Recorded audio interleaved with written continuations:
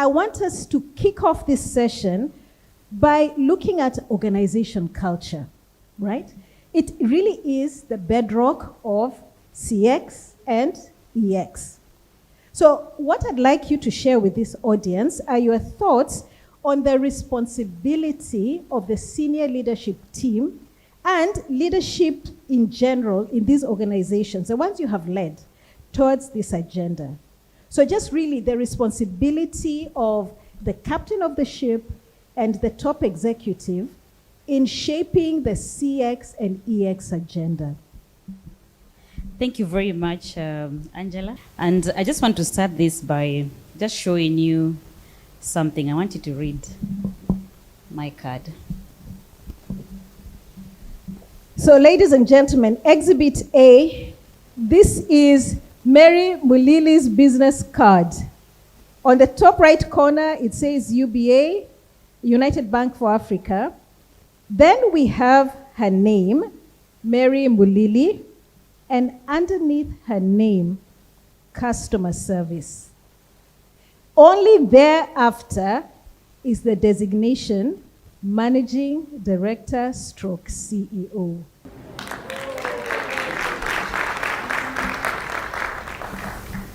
Just wanted us to have that in mind. And again, that just didn't happen. It was very intentional for the group I work for. Even my group chair, the card would read the same. My group MD, the card would read the same. And it's a constant reminder as we engage with our customers, as we engage with our stakeholders, that customer service is our first role. When it comes to our board, and just looking at the way the board is formed, and even the ESCO, there's a standing agenda.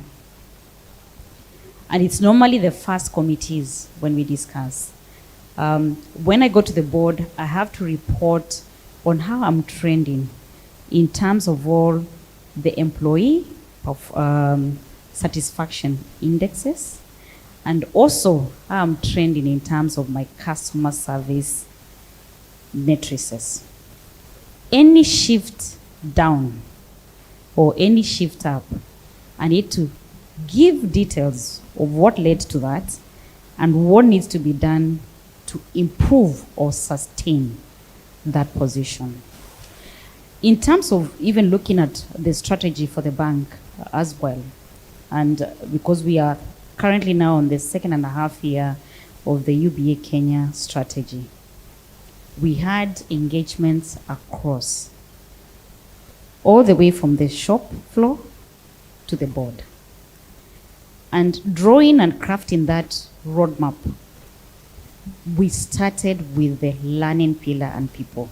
Because if the culture is not right, then you won't even have any customer. And even the customers that you have won't even be happy with you. I know the other speakers who came earlier, they spoke about the role of training and empowerment. Sometimes some of the things that we take for granted, because we understand as leadership and what it is we are driving for the leadership, might not be the same understanding of the people who are doing this job every day.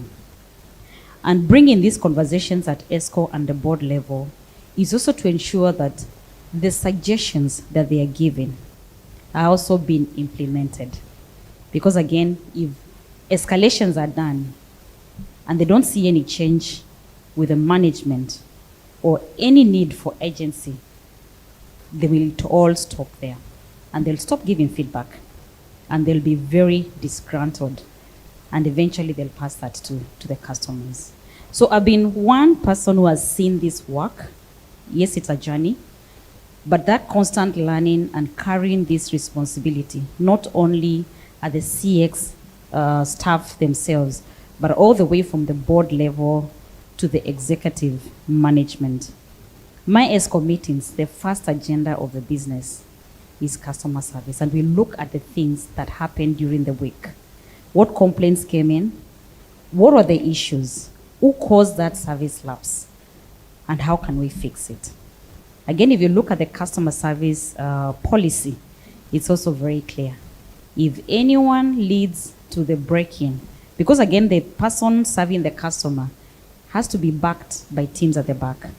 So if they don't enable these agents to do their work, then there are also consequences, and everybody is aware of that. And of course, when there's consequences, also there's rewards as well, because we have to also recognize the people that do well, and we celebrate them on a weekly basis, the stars of the week as well. So for organizations to thrive, this communication and engagement must happen at all the level with clear matrices in terms of tracking and just to see how you're doing as an organization. If my attrition is way off the industry, it speaks volumes. I can't compare with my peers, and I need to know there's an issue there, and I need to quickly address it to ensure that we serve our customers well. Thank you. Thank you, Mary.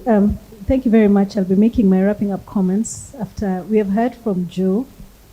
May I call you Joe? Yes, absolutely. Thank you. Yeah. All right. So thanks again for the opportunity to come and share with my colleagues about the journey of customer experience vis-a-vis EX. Yeah? When I look back, say, for example, at Premier Foods, before I moved to Unga, one of the key elements that we put in place as part of our strategic plan is to ensure that customer is at the heart of everything that we do. It's outwards looking in. We have to know what the customer wants, and that drives our agenda. Most of the times we tend to want to innovate around, what is exciting for us from the labs and the research centers, as opposed to thinking, what is the customer asking and how can we be able to satisfy that need? And for me, to get the best out of your employees, to be able to go out there and give us fantastic experience, then what you spoke about, culture, is actually at the heart of everything that you do within an organization. Whoever came up with the adage that culture eats strategy for breakfast knew exactly what he was saying, because if you have a beautiful strategy but the culture is wrong, then your strategy is DOA, dead on arrival, before it even launches. And it's always been my endeavor to ensure that the guys I work with enjoy themselves. They love what it is they do. There are various things that you can actually do within an organization to help ensure that EX comes out.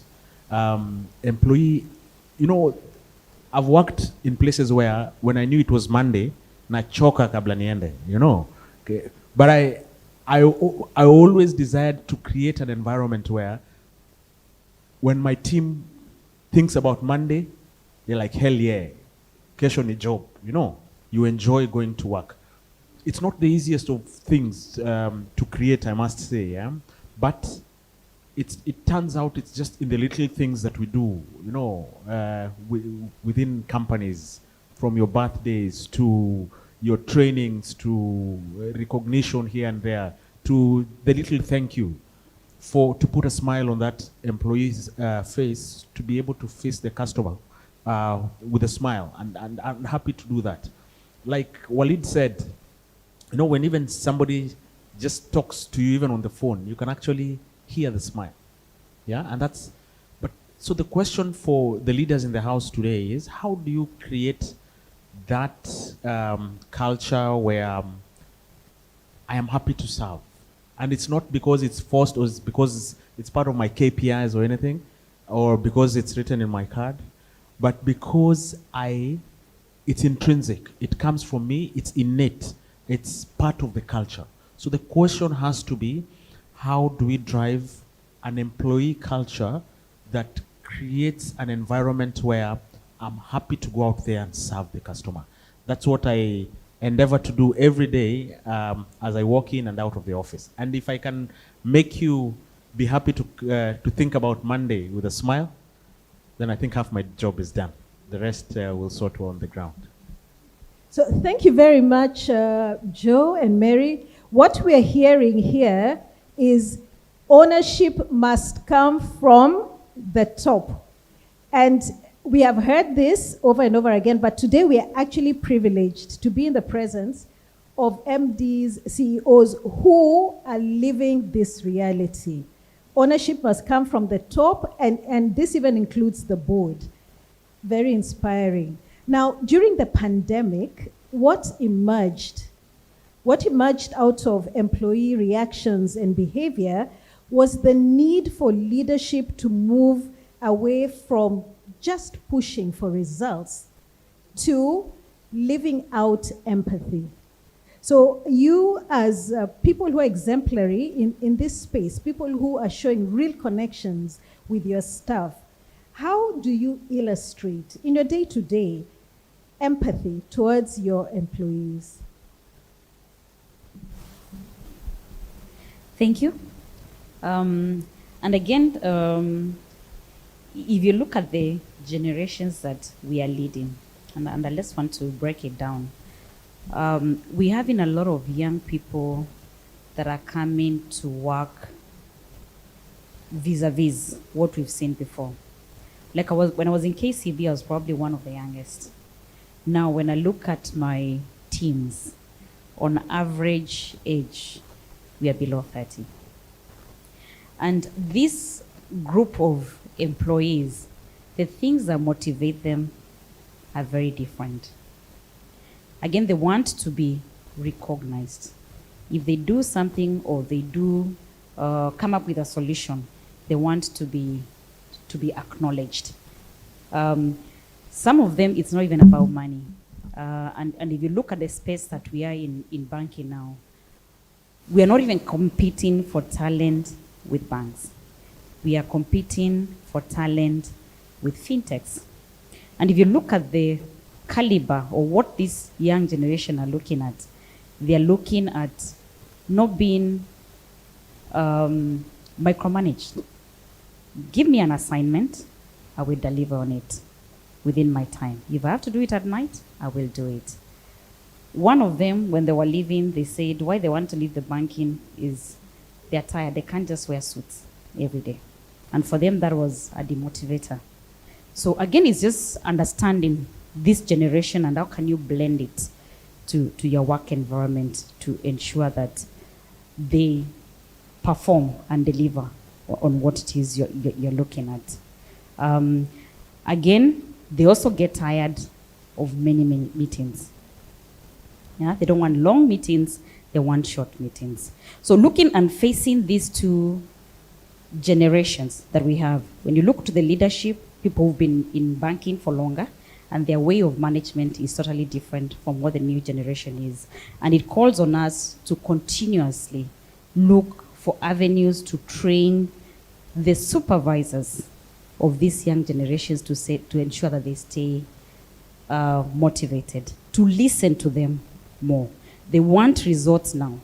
So if an escalation is brought to us, is to ensure that we give solutions, and where there are no immediate solutions, we commit as leaders on how we want to see, or the timelines that you're looking at, to ensure that we close. So in a nutshell, is flattening that leadership and reporting structure that we see within the young groups. So it's interesting time with young people who are very knowledgeable, even sometimes might have more knowledge than you do have. Yeah, and it's making them feel that they're a part of the organization. They're empowered to take decisions or to serve the customers that you're looking at any given time. So it's a new challenge, but a very much welcome challenge in terms of engaging with the employees as well. And also the other thing that we've done and to make them very much engaged is looking at things that we can do with them informally. Like for the bank, what we do right now, we have what we call Jogging to Bond, where we come together on a quarterly basis and do activities out of the office. Of course, with a tagged learning in there for these teams. And also within the smaller groups, having the weekly or once a week once 1 week in a month, just getting together in what we call TGIF, and a lot of those issues then can be brought out informally. And we've not only done that with the leaders within the ESCO, but we've also pulled in the board members once a quarter or once every 6 months, so at least to break those barriers and to ensure that there's seamless flow of information between the teams that we have and the board members. Not looking at me as a CEO or looking at, say, my board chair as a board chair, but actually the feedback can even go to those levels as well. Thank you. Thank you. So, Joe, I know that you had already alluded to things like birthdays and thank yous. Mary, what I hear from you very distinctly, the CEO and the MD, as an example, must be in touch with the multi-generational dynamics in the organization. And being in touch with that is the recognition of how these different demographics interact, want to be recognized and rewarded, rather than a one-size-fits-all, which is a sort of a uniform approach that we have. So, Joy, I want to carry the conversation forward. How do you, as a head of organization, ensure alignment between the employee and CX agenda, along with the main or other business strategy, so that these very critical pillars do not fall off? Thank you.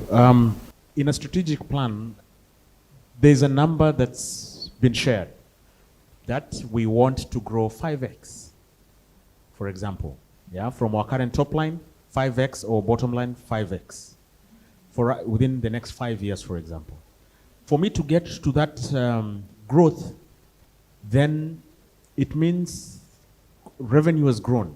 When revenue is growing, it means I'm reaching more customers, or I'm getting more consumption from customers. I'm actually retaining and adding more customers, trying not to lose any customer for me to achieve the 5x metrics. And so it's integral for any business to ensure that the customers that we have today are actually get the best experience, because one of the most powerful metric for growth is actually referral by word of mouth or from the customer within.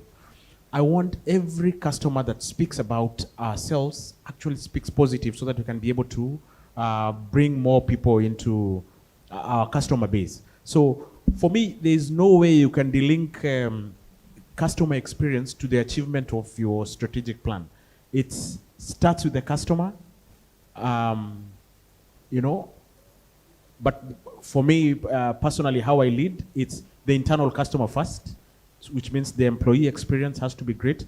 For them to give that extraordinary customer experience, for the turnover to be achieved, which is aligned to the strategic plan that we've put in place.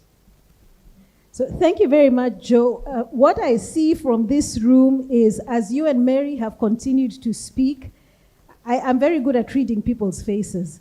And I can see people who are waiting for this session to end so they can meet you outside. Because I think the pain that a lot of people in this room have is, it's not that business does not understand that the customer is important. The translation of that understanding into how we work, then the importance that CX is given in the organization, still points to a lot more that needs to be done. That said, if we look at, there are probably over 15 organizations that are represented here.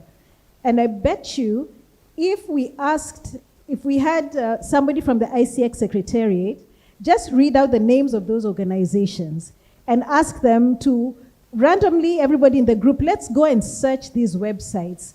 What are we likely to see? Customer-centric. The customer is at the heart of what we do. Customer first, and other such platitudes. So the big question, what do we need to do to move these platitudes, these statements from the website to the day-to-day embodiment of these values? I think you're speaking about the DNA. And I think as I was listening to the conversations, even from morning, it got me thinking. And I asked myself, do we need to look at merging the role of country resources with country CX? Because you can see a clear convergence. And I like what you said about our websites. We have beautiful websites, talking about many organizations. Just talking about that customer it first. We've talked about it everywhere when we do our strategy, when we interact with our customers. But moving it from that book to actually living it when you work in an organization. And I just want to use what Dr. Moses said, Dr. Kipngetich said, that you walk into a bank and the person who receives you is a guard. Have we trained these guards to ensure that they serve our customers, both potential and existing customers? So at least it gives you that point of feeling, even as you walk through the door, that you are being treated as a customer. And this will be translated by how people treat you. When you walk that guard, how is he receiving you? When you go to that teller, how are they engaging with you? Are they smiling to you? If they are smiling, do they mean it? And for us, that is the largest challenge as CEOs, because we need to engrave this DNA to be the heartbeat of every employee. And I won't name names. I want just to use an example of one of the organizations, and maybe when I give the example, you probably know which organization it is. There's one of the banks that collapsed. And when that bank collapsed, we saw a windfall of customers who are stuck. They can't access their money, but they're still obsessed with the organization. And that was very powerful. And I think even as we look internally, we look, how do we get our customers to that level of being obsessed? But the way they are handled, and our employees are excited to even look for solutions. It might not be within their call of duty, but they are willing to go over and above to serve that customer. So for us to be able to achieve this is, one, to ensure that we give people the right training, to treat them well first. If you're a leader and you talk about customer service and you're not doing it as a leader, they know their customer will call them and tell, I've been trying to get a hold of your MD for a whole week. He has not returned my call or responded to my email. And I remember one of the organizations I worked in, and I remember somebody telling me, we see you people more on TV than we see you in person. So how am I leading as an MD? By example. And when a matter is brought to me, both by an internal customer and an external customer, how do I deal with it? So I have to not speak, but even set the tone by living it, and ensuring that the gaps that I see in the organization, I work towards closing. In banking, I'll give an example. Some of the things that cause pain or customer dissatisfaction is channels. Okay? You can have the CFC person almost screaming because of the number of calls they're getting because of that service lapse.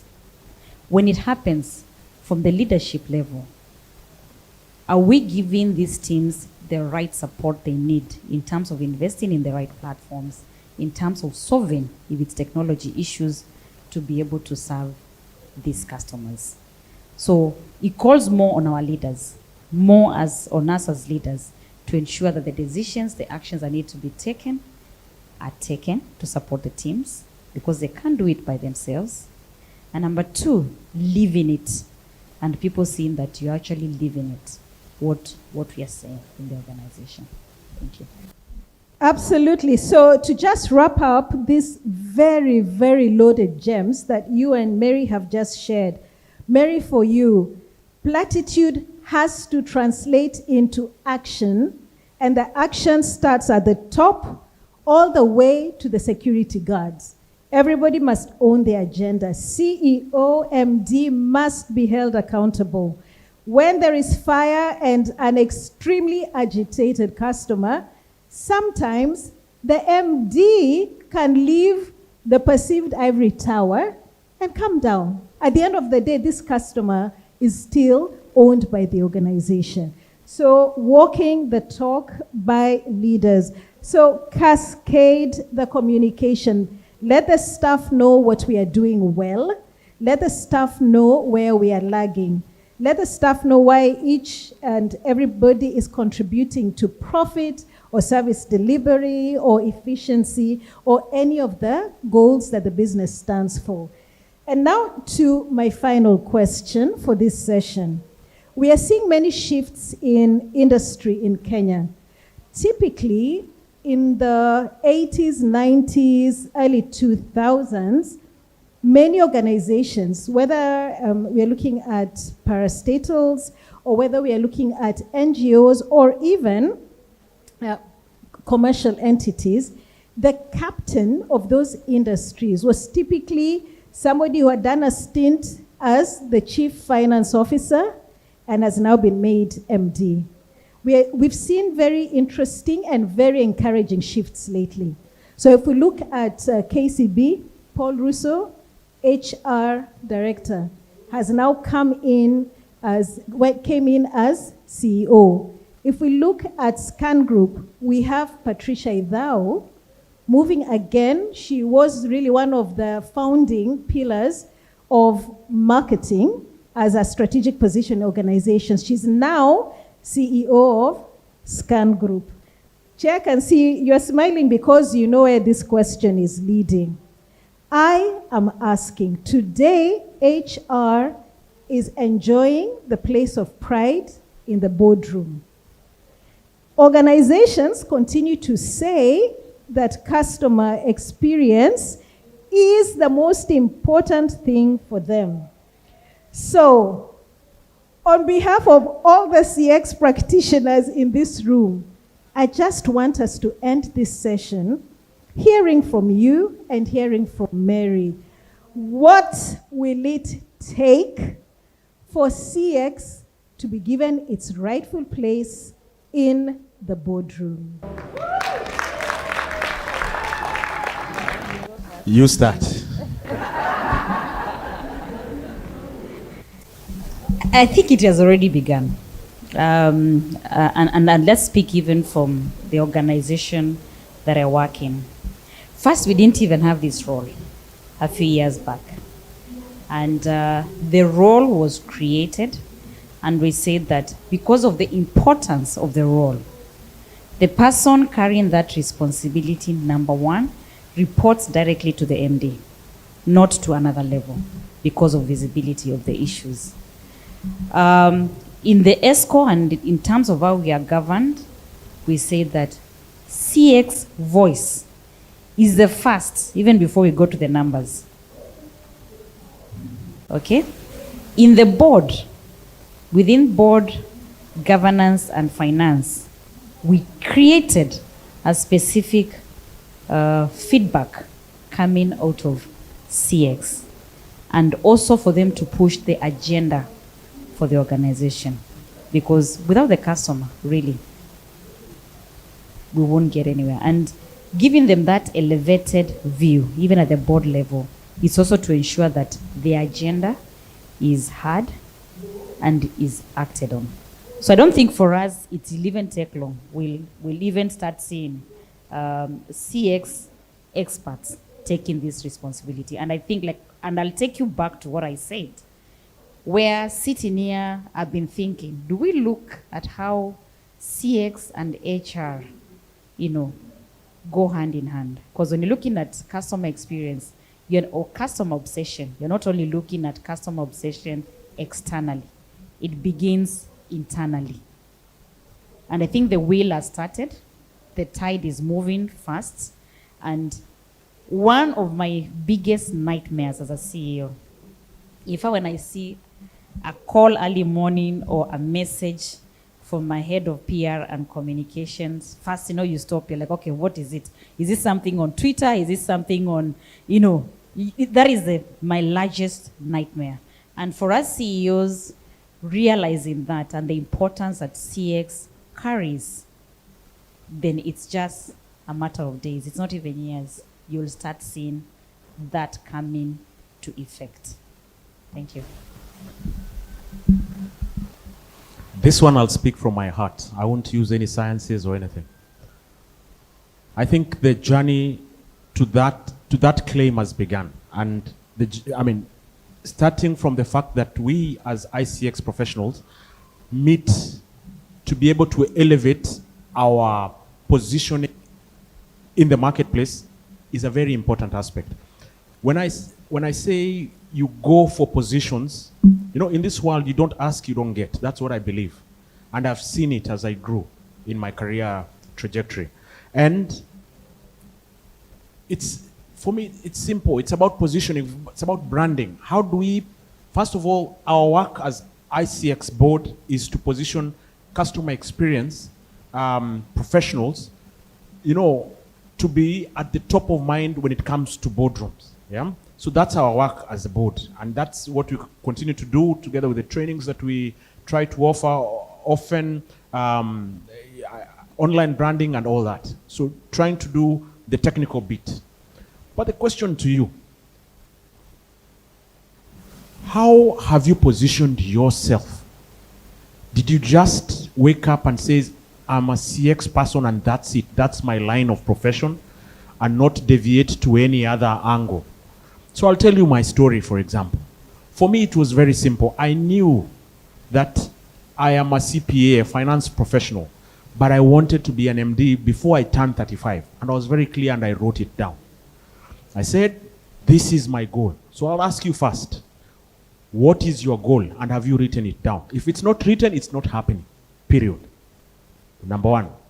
Number two, then I asked myself, how do I position myself for that particular role? I'm a CPA guy. A CPA guy is an accountant, a boring guy behind books. How do I ensure that I'm out there? How do I ensure that I'm engaging people? How do I know about go-to-market? And I made it very, very deliberate to partner with the commercial team, sales team. I go to Soko, I understand the lingua. Somebody would think I'm a madman. I finished CPA, I do CPS, I went and did CIM, Chartered Institute of Marketing, so that this guy is like the Belva guy is coming to the room. Don't piga miki zungumingi, and I don't understand what is happening. But what do I mean by when I say all this? I'm saying, have you yourself made yourself an all-rounded person? And then I leave the HR, because people are at the heart of everything that we do. Okay?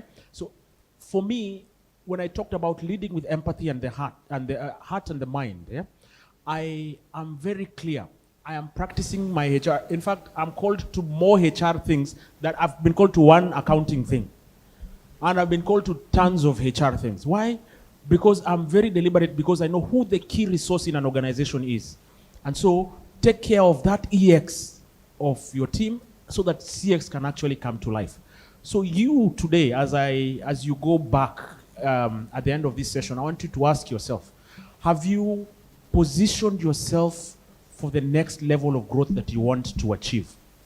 And what action have you taken to be able to achieve it? If it's about understanding finance, because you can't sit here, I don't think, are you a finance professional at all? You did finance, kumbe tuko wengi. But most of the times, if you get, say, Paul Russo today, he's a HR practitioner. But that guy, I've sat with Paul Russo, and Paul understands the P&L in out. And he doesn't have to know the business planning analysis stuff, the thick stuff. But can you be able to interpret your P&L and understand what the direction of the organization is going is today? You sit there and say, I want to be a CEO, but you're not claiming it. And claiming it is not just by saying and hoping Pastor Nganga will pray for it and it comes. You have to act on it. So Prepare yourself. Be all-rounded. Finance for non-finance. Be able to sharpen yourself. You look at numbers like this, you know that these guys are playing games, or we are actually growing, or you can interpret it in this way. Look sharp in that room. Claim your position. And you'll definitely answer this question that I'm being asked by Angela today. Thank you. Okay, let me just add something. And it's just practical. You sit on the live data for any organization. You basically get the pass of the organization from where you sit because of the feedback that you get. So how are you using that feedback in those rooms I've talked about, ESCO, board, if you've been given that opportunity to shape how the organization should actually go? You are sitting in such a strategic position because you know what the surveys, all of them, you are doing them. You are sitting with your other fellow CX members. You're also getting insights from them. How you bringing that to ESCO and to the boards to shape how the organization should be. And that should be for you a very defining and unique component for you. I don't think there's anyone, because financiers will look at the numbers and see what, but you have more in-depth details of what is happening in the organization. So it's to use that information, like Joseph said, come to the board, to the ESCO, with how you are shaping this. And let's give an example. When I took this position, we had a role internally, and I interviewed a lot of people. And one of the young men who was in the CFC, call center, you remember one of the things that we were talking about, empathy. And this staff was able to bring out and articulate the issues he had seen sitting behind the desk and what we needed to do as an organization to cure and even move further. And for me, that was defining in terms of that interview, because this young man just didn't pick up the phone, solve an issue for that day, but he looked at beyond that call. What needs to be done to shape the conversation for the organization and to reduce that level of issues that we had seen. Thanks. So I will now allow you 1 minute each to give your parting shot. Thank you so much, Angela. And I think this is a very good journey you began. I think I missed when the chairman was speaking earlier, just to know how the organization has been there. But I think it's a very good move in having these conversations. For you, the challenge is also to ensure that you have more CEOs, because that's the only way we can have this drive ongoing. And for me, it's just to, from where I sit, is to challenge even other CEOs, whether in the room or not in the room, to take more keen interest in CX, because without the customer, without you, we won't be as organizations. And we appreciate the value that you bring in the work that we do every day. Continue being bold as CX organization, and to give us the feedback and the information that we need. Like Joseph has challenged you, the time is now. And it would be very nice for us in this country, for the first time, say in the next 2 years, to have a CEO drawn from here.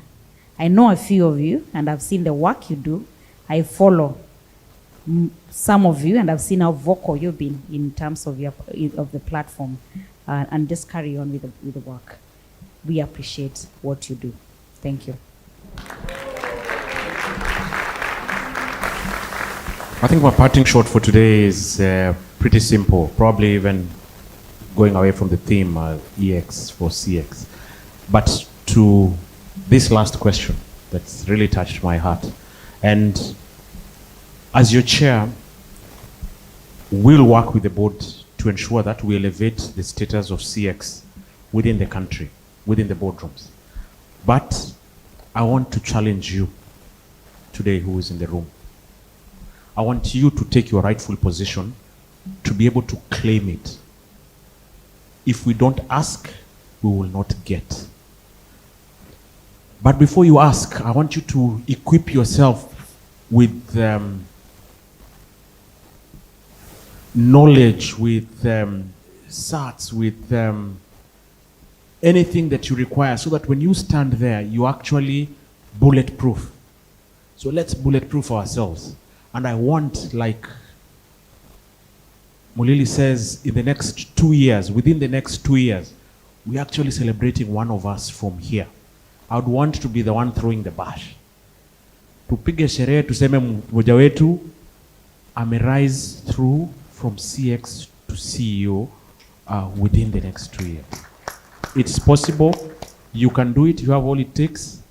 There is no reason why you can't go for it. So go ahead and claim it. God bless you.